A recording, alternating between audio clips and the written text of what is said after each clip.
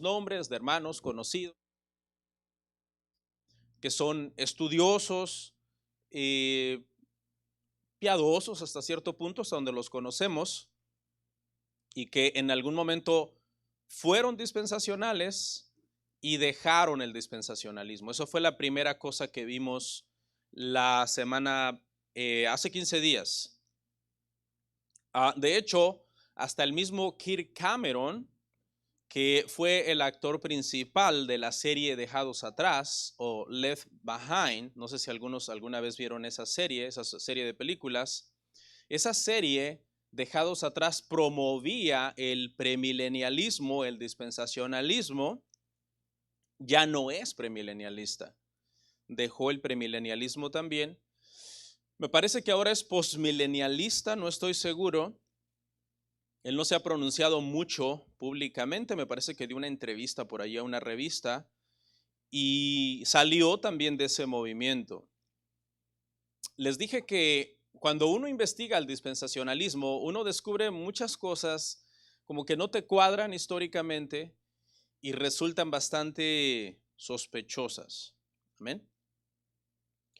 En el segundo punto de esta recapitulación, dijimos también que hay una dificultad en hablar en contra de este movimiento porque es un movimiento muy creído por el evangelicalismo popular. Muchos tienen un apego muy sentimental a este movimiento dispensacional y obviamente cuando uno señala el dispensacionalismo, pues va a haber una reacción un tanto emocional, un tanto violenta. Y una de las cosas de las que uno puede ser acusado al señalar el dispensacionalismo como un movimiento errado es que pueda ser acusado de antisemita, porque el dispensacionalismo lucha mucho a favor, es muy pro-Israel, pro-Israel. Entonces, en la teología del pacto, que es la teología reformada, en la escatología, de cómo ver la escatología desde un punto de vista no dispensacional, sino reformado, no se tiene esa tendencia pro-Israel porque se entiende que el verdadero Israel actualmente es la iglesia, que el verdadero pueblo de Dios actualmente es la iglesia. Que Israel, el Israel teocrático del Antiguo Testamento fue el pueblo de Dios en su momento, el Israel teocrático, que estaba bajo el gobierno de Dios. Pero que el moderno Israel, que es un estado étnico formado en 1948, que tiene un gobierno obviamente pues corrupto, no es el pueblo de Dios. Entonces, la postura reformada, que es esta postura, los reformados, hermano, no son dispensacionales. ¿Ok? Esa es una señal de cómo saber si alguien es reformado. Por ejemplo, mucha gente me preguntaba si John MacArthur era reformado. Yo les decía, es medio reformado porque es dispensacional. Entonces, esta palabra, hermanos, antisemita, fue inventada apenas en el siglo XIX, precisamente para esas fechas en que nació el dispensacionalismo. Y el propósito de que se haya inventado esta palabra antisemita es precisamente para que mucha gente no pueda decir nada en contra del Estado moderno de Israel. ¿Ok? Entonces no es que uno sea antisemita, sino que uno tiene que señalar lo que está mal. Y no es tampoco que los judíos son malos por ser judíos, ¿no? No es eso, no es que son malos por ser judíos. Hay muchos judíos que son cristianos, que han reconocido a Cristo como Dios, ¿verdad? Tenga mucho cuidado porque hay mucha gente que se dicen mesiánicos, judíos mesiánicos, pero no creen que Cristo es Dios. Simplemente creen que era el Mesías. Hay que hacer una diferencia entre esos dos grupos. El verdadero judío que ha nacido de nuevo y que es cristiano es un judío como Pablo, ¿no? Como Saulo de Tarso, que creía que Cristo es Dios. O Pedro o cualquiera de esos apóstoles judíos que llegaron a entender que Cristo es Dios. Entonces, no se trata solo de hablar mal de los judíos por hablar mal de los judíos, porque son judíos, no, porque el ser judíos no los hace malos intrínsecamente hablando, sino que el moderno Estado de Israel es un Estado secular como cualquier otro país del mundo y no son el pueblo de Dios. ¿Ok? También vimos en el punto número 3 de la clase pasada, vimos una breve historia del dispensacionalismo. Dijimos que por 1800 años en la historia de la iglesia, nadie había visto esta palabra dispensación como un periodo de 7 dispensaciones, que esto surgió cuando un grupo de protestantes inconformes en Irlanda e Inglaterra introdujeron un nuevo significado para esta palabra dispensación. Era un grupo, puntualmente mencionamos a los hermanos de Plymouth, que este grupo era un grupo un tanto inconforme, un tanto disidente en contra de la iglesia establecida, que iniciaron este movimiento. Luego, dentro de este grupo de los hermanos hubo una división, surgieron dos frentes, los hermanos abiertos, los hermanos exclusivos, y fue dentro de este último grupo de los exclusivos que surgieron la mayor parte de las enseñanzas dispensacionales que acabaron dando forma al dispensacionalismo ya en el siglo XX y en el siglo XXI. Y dentro de estos hermanos exclusivos tenemos que mencionar entonces a John Nelson Darby, porque este hombre fue el que prácticamente muchos lo consideran el padre del dispensacionalismo. Este hombre era un hombre nacido en Inglaterra, creado en Irlanda, que prácticamente comenzó a señalar a la iglesia como que se había corrompido, que se había apartado completamente la iglesia, específicamente la iglesia anglicana.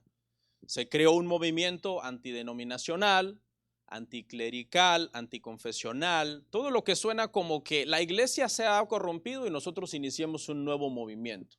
Y hablamos también de lo peligroso que es eso y de lo sectario que es eso. Este grupo dio inicio a las famosas conferencias proféticas, donde uno de los propósitos principales era sacar a muchos cristianos de sus denominaciones donde ellos estaban, atacar la iglesia organizada ya existente y en algunos casos hasta poner fecha al regreso de Cristo. John Nelson Darby fue uno de los que se propuso evangelizar prácticamente a las denominaciones existentes, introduciendo sus enseñanzas y o tratando de sacar a las personas de sus iglesias bajo el pretexto de que supuestamente las iglesias se habían corrompido. Eso es lo que vimos la clase pasada. Esa ha sido nuestra breve recapitulación. Ahora vamos a ver entonces lo que tenemos para hoy. Varias personas comentaron en el YouTube, en la enseñanza de YouTube, que el tema estaba incompleto. Dijeron, no, ese pastor es un ignorante, no sabe nada, ni siquiera dijo qué es el dispensacionalismo. Es que no terminé. Yo les dije que no había terminado, o sea, faltaba toda la mitad del tema. Sucedió un fenómeno con esta enseñanza en el canal de la iglesia, porque toda esta escatología todos los temas de escatología que hoy creo es el tema 11 o 10, no me acuerdo, yo no los he subido a mi canal de YouTube, solamente los hemos subido al de la iglesia, y sucedió algo con este tema. Generalmente en la iglesia no hay mucha gente que siga las prédicas en el canal de la iglesia, pero me di cuenta que como 5,000 personas vieron el número, el tema 1. Algo raro, porque generalmente lo ven 60, 90 personas, pero 5,000 personas, más de 70, 80 comentarios, y uno de los comentarios decían precisamente que estaba incompleto, que no sabía yo el tema, que no lo dominaba, que para qué me pongo a hablar de algo que no sé. Y es precisamente porque faltaba la parte 2, hermanos. Y ya hoy espero que podamos terminar la parte 2. Ok, ¿qué es entonces en nuestro primer punto el día de hoy? ¿Qué es el esquema dispensacional? ¿Qué es el esquema dispensacional? Ese es nuestro primer punto de hoy.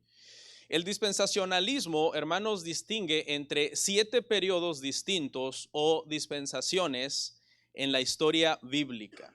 ¿Okay? Ese grupo que les mencioné, que era el grupo de los hermanos o Darby, elaboraron prácticamente esquemas.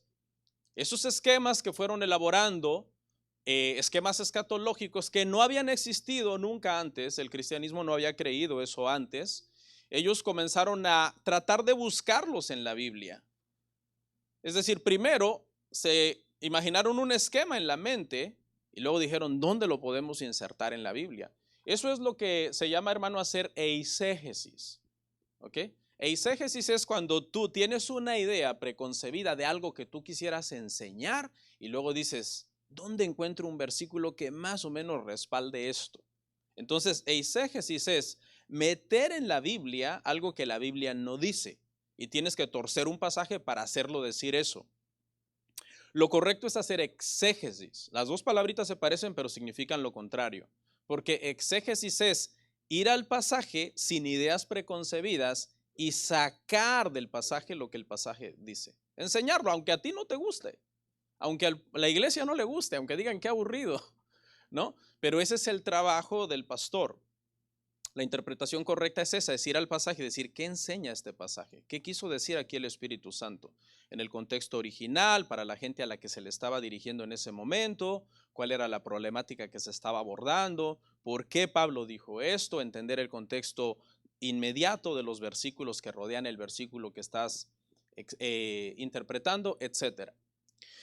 Pero resulta, hermano, que pues entonces aquí en esta Biblia se hizo todo lo contrario, se vino ya con un esquema escatológico en mente que ya varios hermanos exclusivos, entre ellos Darby, habían elaborado.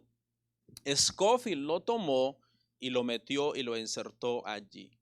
Por ejemplo, voy a leer el comentario, porque esta es una Biblia comentada, es decir, tiene comentarios los versículos. ¿Okay? Mire lo que comentó en esta Biblia Scofield en Génesis 1:28. Génesis 1:28 es donde Dios hace al hombre, usted sabe, y Dios creó al hombre, etcétera, ¿no? Mire lo que comentó aquí Scofield. Dice, esta es la primera dispensación. Dice, la dispensación de la inocencia. ¿Ok? Luego dice, la economía de la inocencia. Me salté un pedazo donde él trata de interpretar el pasaje. Bueno, se los voy a leer para no crear malos entendidos. Leo una vez más. Esta es la primera dispensación, la de la inocencia. Cuando fue creado el hombre, era inocente, fue colocado en un ambiente perfecto, estaba sujeto a una sencilla prueba y recibió advertencias sobre las consecuencias de la desobediencia. Él no estaba obligado a pecar, pero al ser tentado por Satanás optó por desobedecer a Dios. La mujer fue engañada, el hombre transgredió deliberadamente. Ahora escuche la última parte, que me quería saltarlo de en medio para ir a la última parte. La economía de la inocencia terminó con el juicio de expulsión del Edén. Es decir, desde aquí ya Scofield llamó a Génesis 1:28 el inicio de la primera dispensación.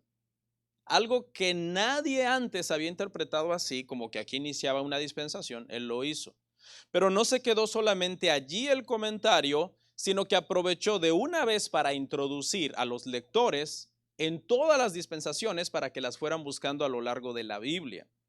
Por ejemplo, mire lo que puso al final, puso esto, puso notas sobre las otras dispensaciones, puso la conciencia o responsabilidad moral, Génesis 3:7, el gobierno humano, Génesis 8:15, la promesa, Génesis 12:1, la ley, Éxodo 19:1, la iglesia, Hechos 2:1, el reino, Apocalipsis 24.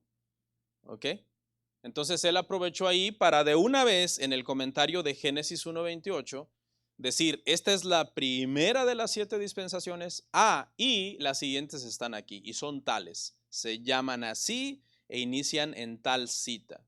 Más o menos ahí yo las puse en esa pequeña visual en donde viene entonces la inocencia, que sería antes de la caída, desde la creación hasta la caída.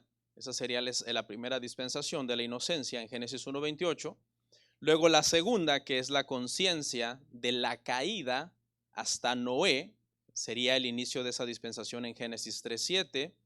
Luego el gobierno humano de Noé hasta Abraham, Génesis 8:15, sería donde comienza. La promesa que iría desde Abraham hasta Moisés sería en Génesis 12:1, donde comienza. La ley de Moisés hasta Cristo sería Éxodo 19:1, donde comienza. Ahí llegan al Sinaí, ya en el capítulo 20 les da los 10 mandamientos. La sexta, la gracia o también la edad de la iglesia, que iría desde el nacimiento de la iglesia hasta la segunda venida, sería en Hechos 2:1. Y por último, la séptima de estas dispensaciones es el reino o el milenio, que sería desde la segunda venida hasta el juicio final, y eso está en Apocalipsis 24. ¿Okay? Ahí todavía no están las citas, me parece que ahí no las puse en la lámina. Pero vamos a ver otros diagramas. Entonces, Scofield explicaba, hermano, estos 7 periodos como periodos desiguales de tiempo, que si usted se da cuenta, de hecho, las primeras 4 aparecen en el Génesis. Sí, las primeras 4 dispensaciones aparecen todas en el Génesis. La segunda está en el Éxodo. Perdón, la quinta sería la que está en el Éxodo, la sexta estaría en Hechos y la última estaría hasta en Apocalipsis. Entonces, son dispensaciones o periodos de tiempo que son desiguales. Cada dispensación puede ser considerada como una nueva prueba al hombre, decía Scofield, y cada una de esas dispensaciones termina en un juicio, con un marcado fracaso total en cada una de las dispensaciones. Voy a leer algo que dijo Scofield. Dijo, 5 de estas dispensaciones o periodos de tiempo se han cumplido. Estamos viviendo en la sexta y probablemente hacia su final. Y tenemos ante nosotros la séptima y última, que es el milenio. ¿Ok? Mire ese diagrama, déjelo ahí, ahorita lo voy a explicar en un momento, lo voy a explicar. Entonces, este movimiento, hermanos, lo que hizo fue comenzar a clasificar la humanidad en diferentes grupos, específicamente 3. Dijeron Israel, la iglesia y las naciones. Teniendo en esos 3 grupos de Israel, la iglesia y las naciones, siendo Israel primordial, lo más importante. Prácticamente Israel en el dispensacionalismo tiene el rol estelar, una relación directa con Dios. Es como un socio directo prácticamente de Dios en el tema de la salvación. Ellos enseñan, hermano, que fue debido a que cuando Cristo vino y Cristo fue rechazado, que entonces Dios puso a la iglesia como un plan B, como que Dios dijo, ok, Israel rechazó al Salvador, rechazó al Mesías, ahora voy a trabajar con lo que haya, y lo que hay por ahora es la iglesia. Comenzó a trabajar entonces con la iglesia será un propósito de Dios como una especie de paréntesis. Esa sería la edad de la iglesia, el tiempo de la iglesia. Luego, cuando acabe ese tiempo de la iglesia, Dios vuelve a tratar entonces con Israel directamente, que es como un socio directo de Dios en el tema de la redención y en el tema de la salvación. Este dualismo, hermano, de Israel e iglesia no existía antes. Fue creado por el dispensacionalismo. Obviamente los judaizantes del siglo I estaban insistiendo muchísimo en este dualismo, ¿no? En que, hey, estos cristianos tienen que circuncidarse para ser salvos, si no, no pueden ser salvos. Pero los apóstoles aclararon que no se tenían que circuncidar, que la fe en nuestro Señor Jesucristo era suficiente. ¿Ok? En Efesios 2 trata de eso. Efesios 2 trata de cómo Cristo vino y derrumbó la pared intermedia que dividía a los dos pueblos, a los judíos y a los gentiles, haciendo de estos dos pueblos un solo pueblo por medio de Cristo, por medio de la fe. Ya no hay, Gálatas 3:28, judío ni griego, ¿no? No hay judío ni gentil. Ya todo mundo es salvo a través de la fe en Cristo, independientemente de qué nación tú seas. Para Dios, hermanos, actualmente, una persona que descienda de la tribu de Judá, pero que no cree en Cristo, y un mexicano que desciende de los aztecas, pero que cree en Cristo, en el plan de redención de Dios es más importante ese mexicano, aunque a muchos centroamericanos no les guste. ¿Por qué? Porque es por medio de Cristo que llegamos a ser verdaderamente hijos de Dios, no a través de la raza. Mucha gente que no entiende esto, hermano, comienzan a judaizar la iglesia y creen que porque dicen shalom en lugar de bendiciones, o porque dicen Yeshua en lugar de Jesús, o Kehilá en lugar de iglesia, porque se meten a querer también aprender hebreo, creen que ya hoy no, yo soy más importante. Hasta tratan de rastrear su ADN para ver si en una de esas descienden de los sefardim o de algún movimiento judío de la Edad Media de Europa o algo así. Nada que ver, hermano. ¿Ok? Ese dualismo, hermano, entre Israel e iglesia, escúchelo bien, no existía en la iglesia. Hasta que el dispensacionalismo comenzó a hacer énfasis en ese dualismo Israel-iglesia. Que Dios tiene prácticamente, Dios está trabajando ahorita con la iglesia porque Israel rechazó al Mesías, pero que después, cuando la iglesia sea quitada en el rapto secreto, entonces Dios volverá una vez más con Israel étnico y en el milenio les cumplirá todas las promesas literalmente que les hizo en el Antiguo Testamento. La teología del pacto enseña que todas esas promesas fueron cumplidas en Cristo, en Cristo. La promesa hecha a Abraham de que en él serían benditas todas las naciones de la tierra fue cumplida ¿en quién? En Cristo. La promesa a David de que habría un descendiente de él que sería rey para siempre fue cumplida ¿en quién? En Cristo. ¿Ok? Eso es algo que debemos, hermanos, entender ahí. No existía realmente ese dualismo. Ahora les voy a explicar un poquito esta lámina. Si usted se da cuenta ahí, los números amarillos son las 7 dispensaciones. Las letras que están arriba es donde comienza y las letras que están abajo de la línea es el nombre de cada dispensación, ¿no? Entonces ahí, a partir desde la creación hasta la caída, sería entonces el estado de inocencia. ¿Ok? Ese es el estado de inocencia. Por eso ellos dicen que cuando Dios creó al hombre en Génesis 1:28 comenzó ¿qué? La primera dispensación. Luego, desde la caída hasta Noé, está la 2, que sería la conciencia. De Noé hasta Abraham sería la 3, que le pusieron por nombre gobierno humano. Todo esto ellos lo inventaron, ¿eh? Todos estos nombrecitos ellos lo inventaron, no es de que lo sacaron de la Biblia. Desde Abraham hasta Moisés, la 4 es la promesa. ¿Ok? Obviamente sabemos que ahí hay una promesa, ¿no? La promesa a Abraham, en ti serán benditas todas las familias de la tierra, ¿no? Y luego Pablo nos aclara en quién es ese en ti, ¿no? La descendencia de Abraham, que es Cristo. De Moisés a Cristo es la ley, ¿ok? De Cristo a la segunda venida es la era de la iglesia, es la era en la que el dispensacionalismo dice que estamos, en la 6, la era de la iglesia. Y luego de la segunda venida al juicio final sería la séptima, que sería el milenio. Ahora vamos a hacer un zoom en las últimas dos, en el siguiente diagrama, hermanos. Vamos a hacer un zoom en las últimas dos para hacer algunos otros comentarios aquí.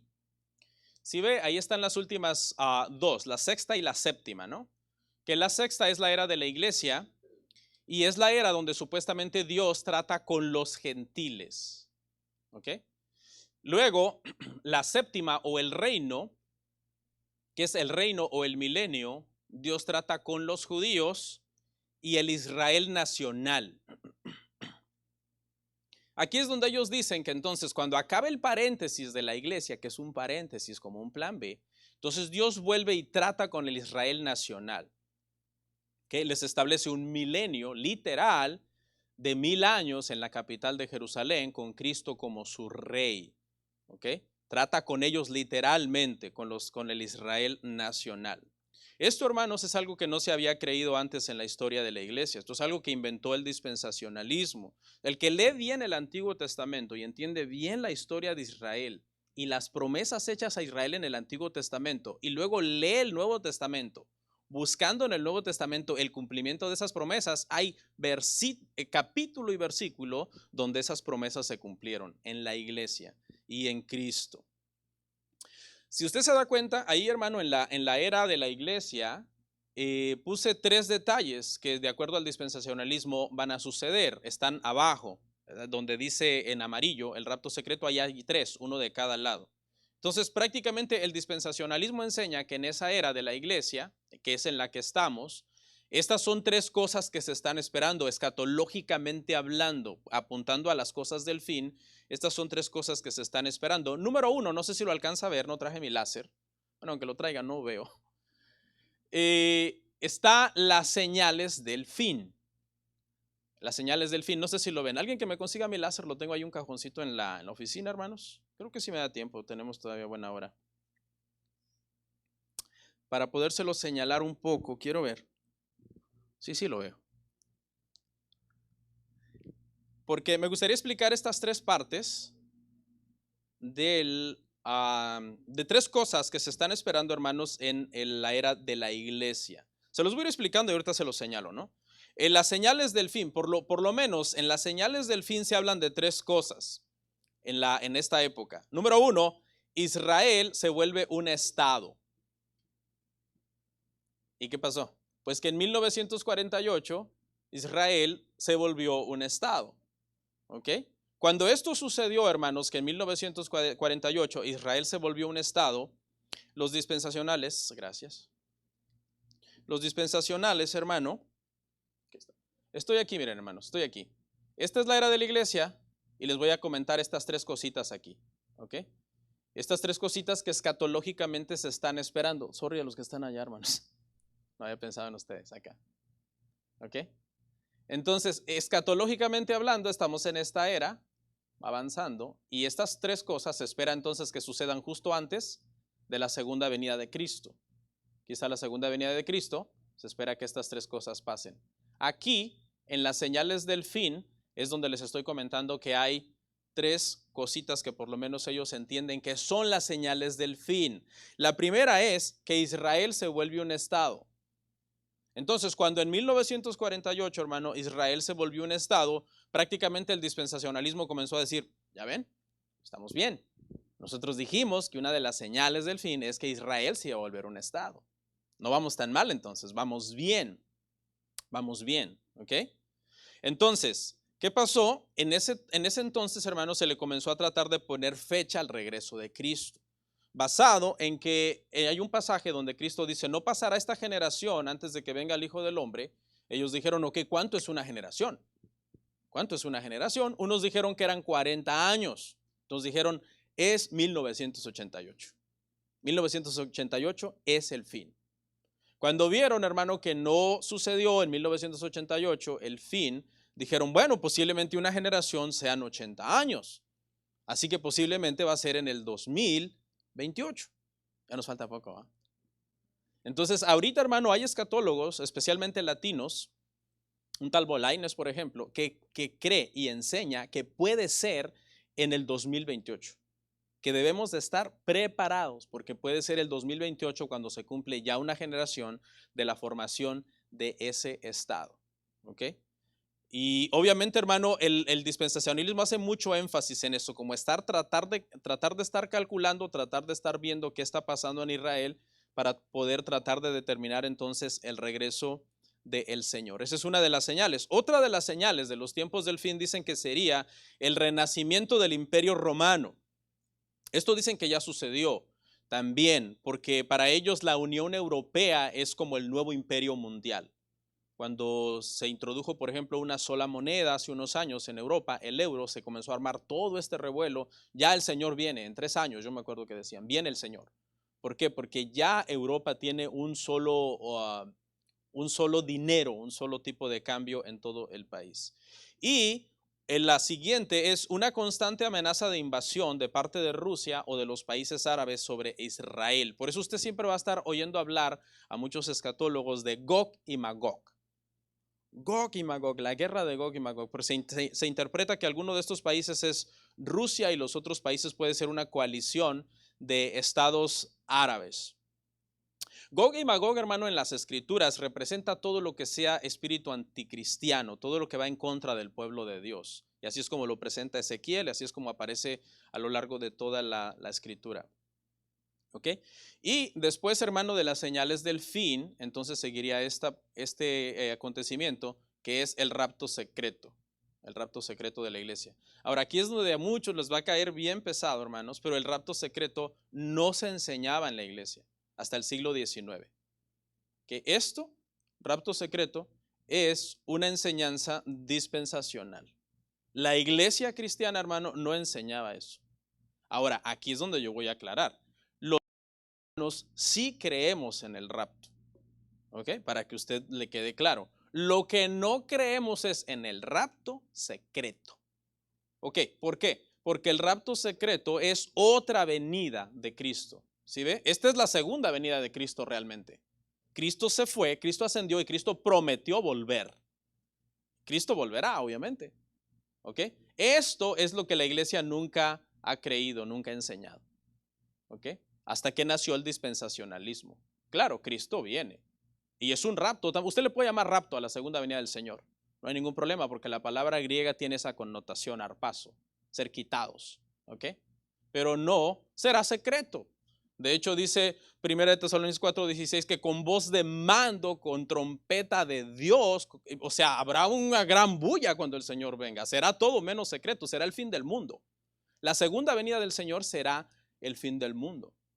Entonces, cuando alguien le pregunte a usted, ¿usted cree en el rapto? Sí. ¿Usted cree en el rapto secreto? No. Bueno, al menos eso es lo que yo entiendo, ¿no? Y estoy enseñando desde una investigación que yo tengo muchos años haciendo al respecto. Y yo sé que para mucha gente que prácticamente están al pendiente de las lunas de sangre y de si ya nació una becerra roja y no, pues hablarles de que no hay rapto secreto porque fue una invención del dispensacionalismo, sería tanto como para irse de una iglesia. Dicen, yo me voy de la iglesia. ¿Cómo que no hay rapto secreto? Yo lo que los invito a todos es a hacer su propia investigación de escatología, que es algo que a mí me ha tomado un tiempo hacer y tener una mente amplia y una mente abierta a este tema. ¿Por qué? Porque acuérdese que dijimos que todos estos esquemas escatológicos no son temas de salvación. De hecho, la teología reformada, la teología pactual, tiene su propio esquema también. Es muy sencillo, porque nada más se basa en tres cositas así muy sencillas, ¿no? Basadas en la Biblia, ¿no? Que el Señor prometió volver, la segunda venida, el juicio final, pero prácticamente el dispensacionalismo, hermano, inventó una venida más de la que la Biblia no habla, ¿ok? Al inventar una venida más tuvo que inventar una resurrección más de la que la Biblia no habla, dos resurrecciones. Y al inventar una resurrección más tuvo que inventar otro juicio. Solamente habrá un juicio final, hermanos, no dos juicios. Solamente habrá un juicio final, el fin del mundo y el estado eterno, que es precisamente aquí. ¿Ok? Ahora, yo sé, hermanos, que enseñarle a una iglesia que ha estado acostumbrada a ser dispensacional, que son iglesias, son hermanos, por ejemplo, que han oído muchos predicadores que su tema era solamente el rapto secreto, China y Rusia están a punto de invadir a Israel, y hermanos, ya son las señales del fin, miren que tanto temblor y tanta guerra, etcétera, etcétera. Es bien peligroso decirle eso a algún hermano. Te puede acusar prácticamente de herejía. Pero podemos hacer una pulsada, ir a la Biblia y ver quién es el hereje, ¿no? Estudiando detalladamente los versículos que hablan de todos estos temas de escatología. Pero hermanos, si el dispensacionalismo fue inventado, hermanos, por una persona como Darby, como los hermanos exclusivos, que eran antidenominacionales, anticlericales, anticonfesionales, que tenían una postura hostil hacia la iglesia, cuando el dispensacionalismo nació, hermanos, en el siglo XIX, las iglesias reformadas no fueron movidas por el dispensacionalismo. No estoy diciendo que ningún reformado se ha vuelto dispensacionalista en la historia de la iglesia, porque sí ha sucedido, ¿ok? Pero los reformados fueron a sus confesiones de fe y dijeron, no, esto nunca se ha creído, esto es un sistema raro y extraño. Nadie había hablado y váyase hoy a internet, si quiere, le voy a dar la oportunidad que vaya a investigue en internet, ponga ahí, ¿cuándo nació la doctrina del rapto secreto? Investigue, haga usted su propia investigación. Yo le puedo recomendar libros que usted puede leer también y dése la tarea de investigar. Usted se va a dar cuenta que no era algo que la iglesia enseñaba históricamente. Y entonces llegaría esto, que son los 7 años de la tribulación, que también, obviamente, hermanos, ¿verdad? Nosotros sí creemos que habrá una tribulación final, no sabemos cuánto va a durar, pero obviamente aquí sacando una exégesis terrible de la semana 70 de Daniel, inventando bastantes cosas, que realmente es una mala exégesis del pasaje, dijeron que va a haber entonces un periodo de 7 años de tribulación aquí. ¿Okay? Nosotros sí creemos que antes de que venga Cristo va a haber un periodo de persecución muy intenso, muy difícil en el mundo entero, antes de que el Señor regrese. De hecho, esa va a ser una señal. ¿Okay? Esa va a ser una señal. Pero no creemos necesariamente en todo este esquema, ¿no? Porque aquí hay un esquema. ¿Qué pasa aquí? La iglesia es quitada y es llevada, ¿qué? 7 años al cielo, ¿no? Es lo que enseña el dispensacionalismo. La iglesia es quitada, es llevada 7 años al cielo. Esos 7 años que hay aquí, tribulación. Dicen los dispensacionales que primero habrá 3 años y medio de seguridad y de paz. A los 3 años y medio el anticristo se revelará, se construirá un tercer templo. En ese tercer templo el anticristo se querrá sentar en el trono de Dios, demandará adoración, entonces Israel no aceptará, las naciones del mundo intentarán invadir Israel y el Señor justamente al final de los 7 años de tribulación para defender a Israel, su favorito, regresa, ¡pum!, aquí y acaba con el anticristo y con todas las naciones que quieren destruir a Israel. ¿Ok? Acá. Entonces mire aquí el reino del milenio, donde ya comienza el reino del milenio. Entonces aquí es donde Dios trata con los judíos y con el Israel nacional. Mire lo que pasa según el dispensacionalismo. Hay una repoblación de la tierra con los 144,000 judíos y nuevos cristianos. Estos nuevos cristianos, ¿sabe quiénes son? Son cristianos que se convierten en la gran tribulación. Es decir, estos cuando fue el rapto, estos aquí, cuando fue el rapto, no eran cristianos. Por eso se quedaron. ¿Ok? Entonces se convierten en la gran tribulación, entran al reino, entran por cierto con cuerpos naturales y se reproducen en el milenio y tienen hijos. Y esos hijos deciden en su libre albedrío no creer en Dios. Se rebelan contra Cristo en su reino, siendo Cristo rey. Se rebelan contra el rey. Y al final habrá una revuelta de las naciones, el diablo será soltado, engañará a todos los que nacieron en el milenio, que decidieron no creer en Cristo, no sé cómo lo hicieron siendo Cristo rey, ¿ok? Y se unirán al diablo y entonces ya vendrá el juicio final. Otras cositas que me olvidé aquí, el reino de Dios se manifiesta totalmente en la tierra. Escuche esta, la tercera parte. Se regresa a la adoración del templo del Antiguo Testamento. El dispensacionalismo enseña, hermano, que en el milenio tenemos que ir a Jerusalén a llevar ofrendas, a matar animales, a hacer sacrificios, todo eso. Y cuando tú le preguntas a los dispensacionales por qué se renueva el sistema de sacrificios en el milenio, si nuestros pecados ya han sido perdonados y esos sacrificios en el Antiguo Testamento apuntaban a la cruz, apuntaban al sacrificio de Cristo, te dicen que es solamente como remembranza de lo que Cristo ya hizo, que son sacrificios no necesariamente que producen perdón, porque ya todos han sido perdonados, pero que es para recordar lo que Cristo hizo en la cruz. Esto es súper extraño. Le recomiendo que usted lea la Biblia sistemáticamente, que sáquese de la mente el sistema dispensacional que a usted le enseñaron, póngalo a un lado porque lo inventaron ellos, y lea la Biblia sin prejuicios y comience a buscar para ver si cosas como estas le cuadran, cuando usted entienda bien qué es el Evangelio. ¿Ok? Y aquí hay una revuelta entonces al final prácticamente del milenio de las naciones, que son los que no creyeron en Cristo durante el milenio. Entonces viene el juicio final y entonces viene ya el estado eterno. ¿Ok? Hermanos, eso es prácticamente el esquema dispensacional. No existía antes. O sea, todas las cosas que no se creían antes, hermanos, sobre el esquema dispensacional son el rapto secreto, no se creía antes. Todo esto, hermano, aquí no se creía antes, no se había enseñado antes. Esto no se había enseñado antes, de que estamos en una era de la iglesia, que la iglesia es un paréntesis, mientras Dios vuelve a tratar otra vez con Israel. Ellos entienden, hermano, las parábolas del reino. Usted sabe que hay parábolas del reino que específicamente dicen que el reino les fue quitado a los judíos por haber rechazado a Cristo y le fue dado a la iglesia, un pueblo que sí produce fruto. Ellos dicen que prácticamente fue como decir, bueno, por cuanto rechazaron el reino, rechazaron esto, rechazaron aquí, mire, creo que aquí está, perdón, que no veo, hermanos. Jesús dice, ofreció el reino mesiánico a Israel, aquí, cuando Cristo vino en carne. ¿Y qué pasó con ellos? Lo rechazaron. ¿Qué hace Dios? Era de la iglesia. Quita la iglesia, ok, háganse un lado ustedes, vuelvo otra vez. El reino, según ellos, les fue ofrecido y no les fue quitado, sino que les fue pospuesto. ¿Sí ve la diferencia? La Biblia enseña que les fue quitado. El dispensacionalismo enseña que les fue pospuesto. Pospuesto mientras se cumple este paréntesis, ¿ok? Lo pospongo por aquí mientras pasa la iglesia y luego se los vuelvo a entregar. Cuando el Evangelio dice claramente que les fue quitado, hermano.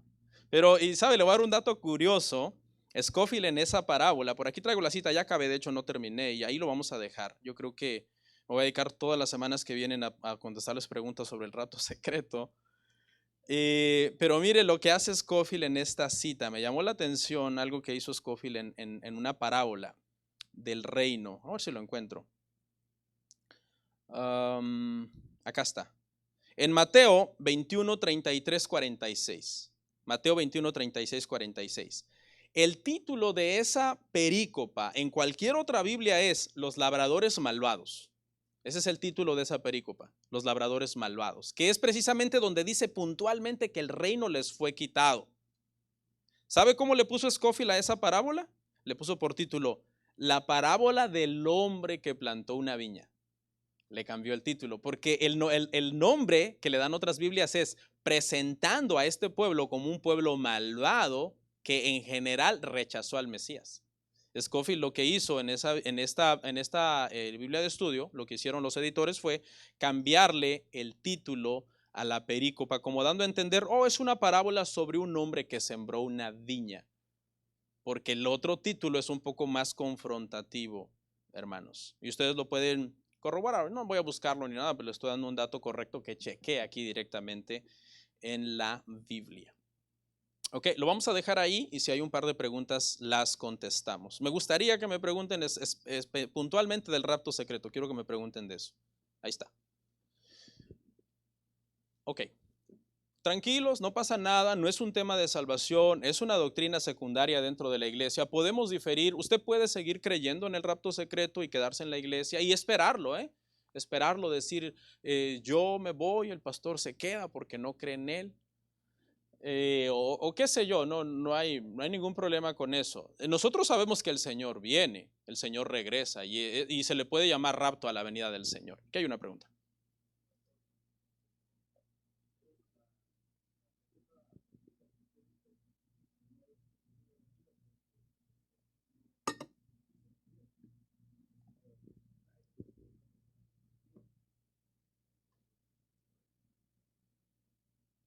Casi no le escucho, hermano. Me dice usted que ellos creen que la segunda venida, nosotros,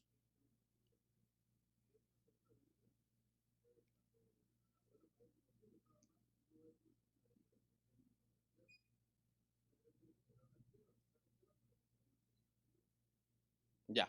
Hermanos, pónganme el esquema donde hicimos el zoom, donde mero, aquí. Hermano, nosotros, a esto que está aquí, que es la segunda venida de Cristo, le llamamos rapto también. También le llamamos rapto. Lo que no creemos es en un rapto secreto. Porque de hecho, curiosamente, el versículo clave que se usa para enseñar el rapto secreto, 1 Tesalonicenses 4:16, dice que no será secreto. Dice que habrá una gran trompeta y una gran voz de un arcángel, con voz de mando y con voz de, ¿cómo dice el pasaje? ¿Alguien que lo busque? Porque el Señor mismo descenderá del cielo con voz de mando, con voz de arcángel, con voz de mando y con trompeta de Dios. Será todo menos secreto. Nosotros creemos, hermano, que cuando el Señor venga, el Señor regrese, todos los cristianos que están en la tierra, que son cristianos, en ese mismo momento seremos transformados. ¿Ok? Habrá una transformación de nuestro cuerpo cuando el Señor venga. Y la iglesia será levantada al cielo, a los aires, perdón, porque es lo que dice, recibiremos al Señor en el aire, ¿ok? Recibiremos al Señor en el aire. Y entonces, en ese momento, cuando Cristo venga, todos los juicios van a ser ejecutados, va a ser el fin prácticamente de la era tal y como se conoce. La tierra va a ser restaurada, todos los pecadores van a ser juzgados y van a ser lanzados al lago de fuego y la iglesia entonces desciende inmediatamente a la tierra. Nosotros lo que no creemos es que la iglesia se va 7 años al cielo. Eso es lo que nosotros no entendemos. No lo vemos así en el pasaje, ¿ok? La iglesia es transformada, es levantada. Mientras está en el aire, el Señor juzga a la tierra, renueva la tierra para que la tierra sea habitable en el estado eterno, juzga a todos los pecadores y entonces la iglesia desciende y pasamos el estado eterno con el Señor. ¿Sí?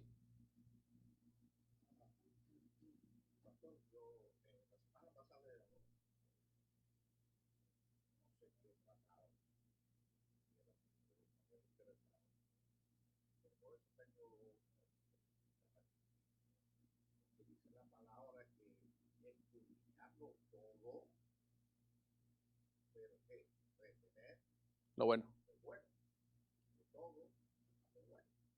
Ya.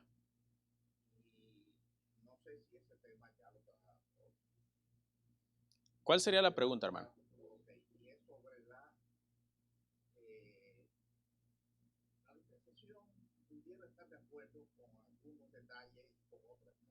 Ujú. Claro, claro.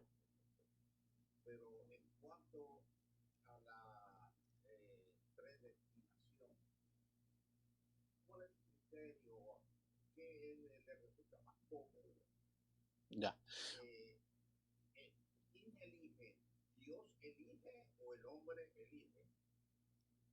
Ya. Ok. Breve, porque no es el tema. Yo entiendo que Dios elige. La predestinación es un tema bíblico. Ahí está en Romanos 8. Nadie puede decir que la predestinación no es un tema bíblico. Y lo entendemos como que Dios elige desde antes de la fundación del mundo sin el hombre haber hecho nada. Ya. Sí, si quiere lo discutimos personalmente para ver si hay otra pregunta de escatología. ¿Ok? O no sé si tienes otra pregunta de escatología de este tema. ¿Sí? Ok.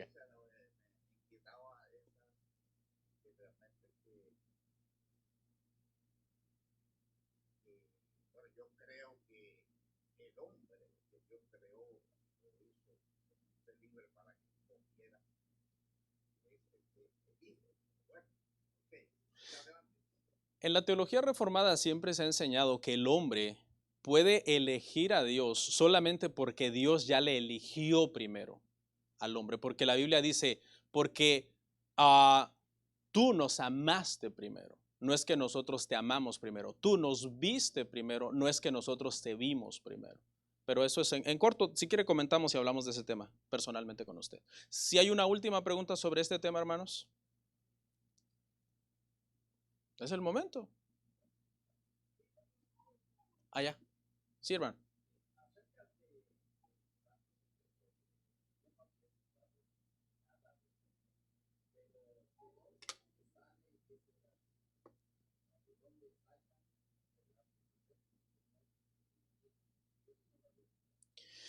Según tengo entendido, históricamente comenzó como una nueva revelación. Una mujer se metió a orar y se puso a ayunar y Dios le reveló que antes de que él regresara, ya me lo quitaron. Si lo pone rapidito ya es lo último. Una mujer se metió a orar y a ayunar muchísimo, así como esos que son muy místicos que dicen, me voy a meter con Dios hasta que me muestre algo. Pueden investigarlo, no estoy mintiendo. Investiguen, de hecho el nombre ahorita se me fue, alguien investiguemelo ahorita y me lo dice. El nombre de la mujer. Y ella se metió a orar y ayunar y ella dice que el Señor le mostró que antes de su segunda venida iba a haber un rapto secreto de la iglesia. O sea, esto no lo enseñaba la iglesia, ¿ok? Esto no lo enseñaba la iglesia, sino que fue una nueva revelación y al parecer, después de allí ya fue como un entramado de una creencia con otra y se fue metiendo prácticamente dentro de lo que es la teología de la iglesia. No sé si alguien investigó el nombre. ¿No? Ok, yo lo investigo después. Hoy no tengo reunión, les voy a dar una última pregunta. Una última pregunta. Con confianza, hermanos, incluso me pueden decir, pastor, yo estoy en contra. No se preocupe. Sí. Aquí, hermano Wilmer. ¿Tiene el nombre de la mujer? Ok, ahorita me lo da.